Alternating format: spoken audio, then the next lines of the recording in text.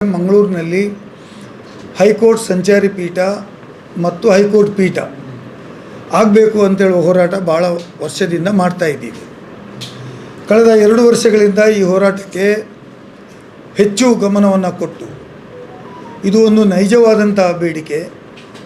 ಈ ಬೇಡಿಕೆಗೆ ನಮ್ಮಲ್ಲಿ ನಮ್ಮದೇ ಆದಂಥ ಕಾರಣಗಳಿದ್ದಾವೆ ಮತ್ತು ಮಂಗಳೂರು ಅಂದರೆ ಕರಾವಳಿ ಜಿಲ್ಲೆ, ದಕ್ಷಿಣ ಕನ್ನಡ, ಉಡುಪಿ ಮತ್ತು ಉತ್ತರ ಕನ್ನಡ, ಅದಕ್ಕೆ ಸೇರಿ ಕೊಡಗು, ಚಿಕ್ಕಮಗಳೂರು ಸೇರಿಸಿದರೆ ಒಳ್ಳೆಯದು ಅಂತೇಳುವ ಒಂದು ವಿಚಾರವನ್ನು ಕೂಡ ಹೈಕೋರ್ಟಿನ ಮುಖ್ಯ ನ್ಯಾಯಾಧೀಶರ ಮುಂದೆ ಇಟ್ಟು ಈ ಒಂದು ಹೈಕೋರ್ಟಿನ ನ್ಯಾಯಪೀಠವನ್ನು ಮಂಗಳೂರಿನಲ್ಲಿ ಮಾಡಬೇಕು ಅಂತ ಹೇಳುವುದು ಹೋರಾಟವನ್ನು ಮಾಡ್ತಾಯಿತ್ತು.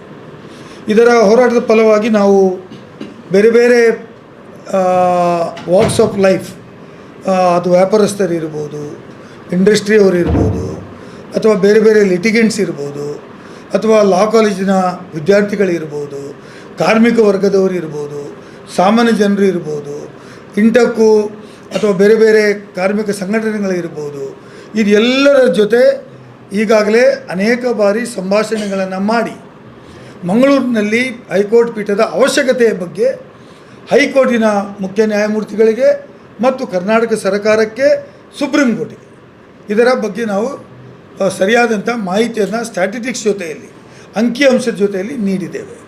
ಅದು ಮಾತ್ರವಲ್ಲ, ಅನೇಕ ಹೋರಾಟಗಳನ್ನು ಮಾಡಿದ್ದೀವಿ. ಅದು ಪೋಸ್ಟ್ ಕಾರ್ಡ್ ಚಳವಳಿ ಇರ್ಬೋದು, ಅಥವಾ ಇಮೇಲ್ಗಳನ್ನು ಕಳಿಸುವುದು ಇರ್ಬೋದು, ಅಥವಾ ಬೇರೆ ಬೇರೆ ಬಾರ್ ಅಸೋಸಿಯೇಷನ್ಗಳಲ್ಲಿ ಹೋಗಿ ಸಾರ್ವಜನಿಕರನ್ನು ಕರೆಸಿ ಮಾತಾಡೋದು ಇರ್ಬೋದು. ಇದು ಎಲ್ಲವನ್ನ ಮಾತಾಡಿ ಎಲ್ಲಿಯೋ ಒಂದು ಕಡೆ ಒಂದು ಸಂಘಟಿತವಾಗಿರ್ತಕ್ಕಂಥ ಒಂದು ಅಭಿಪ್ರಾಯ ವ್ಯಕ್ತ ಆಗಿದೆ. ಹಾಗಾಗಿ ಇವತ್ತು ಇದರ ಬಗ್ಗೆ ಹೆಚ್ಚು ಗಮನವನ್ನು ಕೊಡುವುದಕ್ಕೋಸ್ಕರ ಇತ್ತೀಚೆಗೆ ನಾವು ನಜೀರ್ ಅವರು, ನಮ್ಮ ಮಾಜಿ ಸುಪ್ರೀಂ ಕೋರ್ಟ್ನ ನ್ಯಾಯಾಧೀಶರು ಮತ್ತು ಪ್ರಸ್ತುತ ಆಂಧ್ರ ಪ್ರದೇಶದ ರಾಜ್ಯಪಾಲರು, ಇವರು ಮತ್ತು ಬೇರೆ ಬೇರೆ ವ್ಯಕ್ತಿಗಳು ಸೇರಿ ನಮ್ಮ ಕರ್ನಾಟಕ ರಾಜ್ಯದ ಮುಖ್ಯ ನ್ಯಾಯಾಧೀಶರನ್ನು ಭೇಟಿ ಮಾಡಿ ಅವರಿಗೆ ಈ ಒಂದು ಪೀಠದ ಬಗ್ಗೆ ಮನವರಿಕೆಯನ್ನು ಕೊಟ್ಟಿದ್ದೇವೆ. ಅದಕ್ಕಾಗಿ ಅವರು ಕೂಡ ಈ ಪೀಠ ಅವಶ್ಯಕತೆ ಇದೆ ಅಂತ ಹೇಳೋದು ಹೈಕೋರ್ಟ್ ಮುಖ್ಯ ನ್ಯಾಯಾಧೀಶರಿಗೂ ಕನ್ವಿನ್ಸ್ ಆಗಿದೆ. ಅದೇ ರೀತಿ ನಮ್ಮ ಜಿಲ್ಲೆಯ ಉಸ್ತುವಾರಿ ನ್ಯಾಯಾಧೀಶರು ಜಸ್ಟಿಸ್ ನರೇಂದ್ರ ಪ್ರಸಾದ್ ನಮ್ಮ ಜಿಲ್ಲೆಯ ಅಡ್ಮಿನಿಸ್ಟ್ರೇಟಿವ್ ಜಡ್ಜ್, ಅವರನ್ನು ಕೂಡ ಮಾತಾಡಿ ಅವರು ಕೂಡ ಹೌದು ಅವಶ್ಯಕತೆ ಇದೆ ಅಂತ ಹೇಳುವಂಥದ್ದು ಹೇಳಿದ್ದಾರೆ. ಅದೇ ರೀತಿ ಬೇರೆ ಬೇರೆ ನ್ಯಾಯಾಧೀಶರುಗಳು ಕೂಡ ಇಲ್ಲ, ಕರಾವಳಿ ಭಾಗಕ್ಕೆ ಹೈಕೋರ್ಟಿನ ಪೀಠ ಕೊಡುವಂಥದ್ದು ಅವಶ್ಯಕತೆ ಇದೆ ಅಂತ ಹೇಳುವ ತೀರ್ಮಾನಕ್ಕೆ ಬಂದಿದ್ದೇವೆ. ಈಗ ನಮ್ಮ ಮುಂದೆ ಇರುವ ಸವಾಲು, ಪೀಠ ಮಾಡ್ತೀರಿ, ಕರಾವಳಿ ಭಾಗದಲ್ಲಿ ಮಾಡ್ತೀರಿ, ಕರಾವಳಿ ಭಾಗದಲ್ಲಿ ಮಂಗಳೂರು ಒಂದು ಕೇಂದ್ರ ಅಂತ ಹೇಳುವಂಥದ್ದು ಎಲ್ಲರಿಗೂ ಒಪ್ಪಿಗೆ ಇರತಕ್ಕಂಥದ್ದು, ಸಹಮತ ಇರತಕ್ಕಂಥದ್ದು.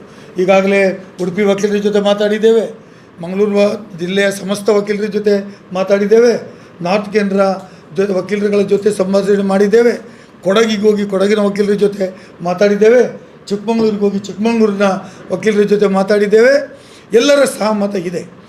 ಹಾಗಾಗಿ ಈ ಒಂದು ಪೀಠ ಕೊಡಬೇಕಾದರೆ ಕೆಲವು ಕಂಡೀಷನ್ಸ್ಗಳು ಇದ್ದೇ ಇರ್ತದೆ. ಇದು ಕೊಡಿ, ಅದು ಕೊಡಿ, ಇಷ್ಟು ಜಾಗ ಕೊಡಿ, ಜಡ್ಜರ್ಗಳಿಗೆ ನಿವಾಸಕ್ಕೆ ಜಾಗ ಕೊಡಿ, ಬೆಂಚ್ ಮಾಡಲಿಕ್ಕೆ ಬೇಕಾದಂಥ ಸ್ಥಳಾವಕಾಶ ಕೊಡಿ, ಕೋರ್ಟ್ ಹಾಲ್ಗಳನ್ನು ಕೊಡಿ, ಅಡ್ಮಿನಿಸ್ಟ್ರೇಟಿವ್ ಆಫೀಸಿಗೆ ಜಾಗ ಕೊಡಿ, ದಾಖಲೆ ಪತ್ರಗಳನ್ನು ಇಡಲಿಕ್ಕೆ ಜಾಗ ಕೊಡಿ, ಇದೆಲ್ಲವನ್ನು ಕೇಳಿದ್ದಾರೆ.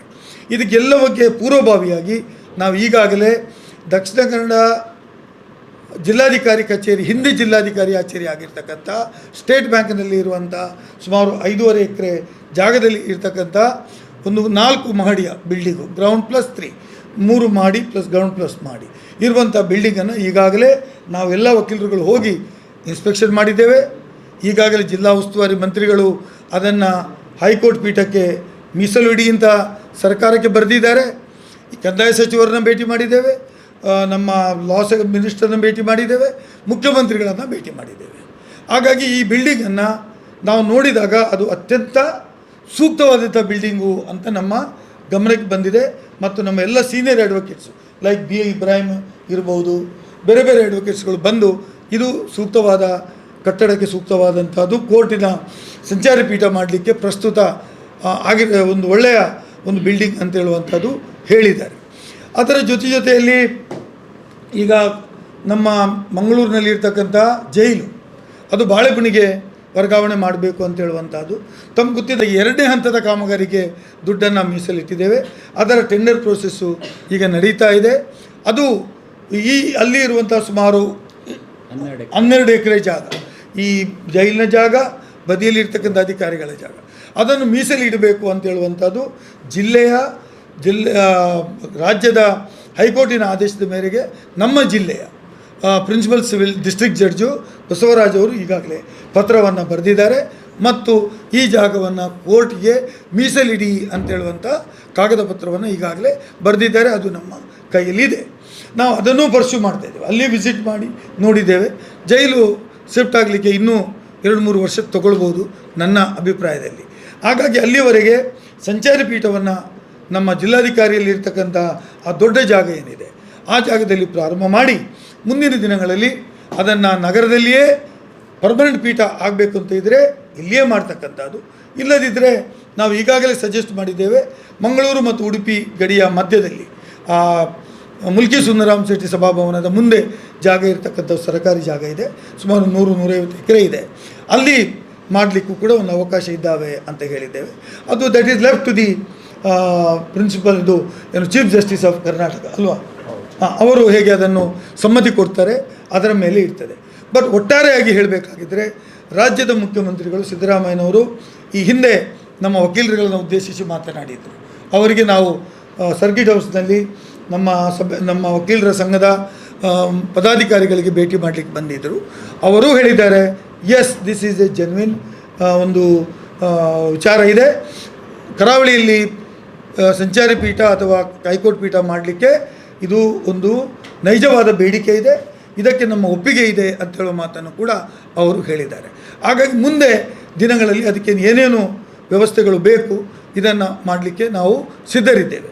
ನಾನು ಮೊನ್ನೆ ಪತ್ರಿಕೆಗಳಲ್ಲಿ ನೋಡ್ತಾ ಇದ್ದೆ, ಶಿವಮೊಗ್ಗದವರು ಇಲ್ಲ, ನಮಗೆ ನಮ್ಮದೇ ಆದಂಥ ಹೈಕೋರ್ಟ್ ಬೆಂಚು ನಮ್ಮದೇ ಬೇಕು, ನಾವು ಅಲ್ಲಿಯೇ ಹೋಗ್ತೇವೆ, ಇಲ್ಲಿಯೋ ದರ್ ಇಸ್ ನೋ ಅಬ್ಜೆಕ್ಷನ್. ನಾವು ಏನು ಅವರು ಸೇರಬೇಕು ಒತ್ತಾಯ ಯಾರದು ಇರೋದಿಲ್ಲ.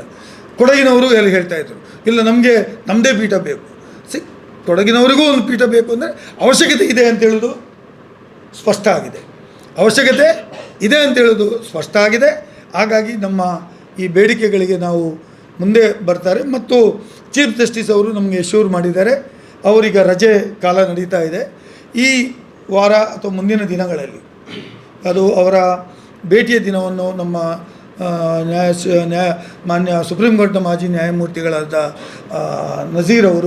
ಅಬ್ದುಲ್ ನಜೀರ್ ಅವರು ಪರ್ಸ್ಯೂ ಮಾಡ್ತಾ ಇದ್ದಾರೆ.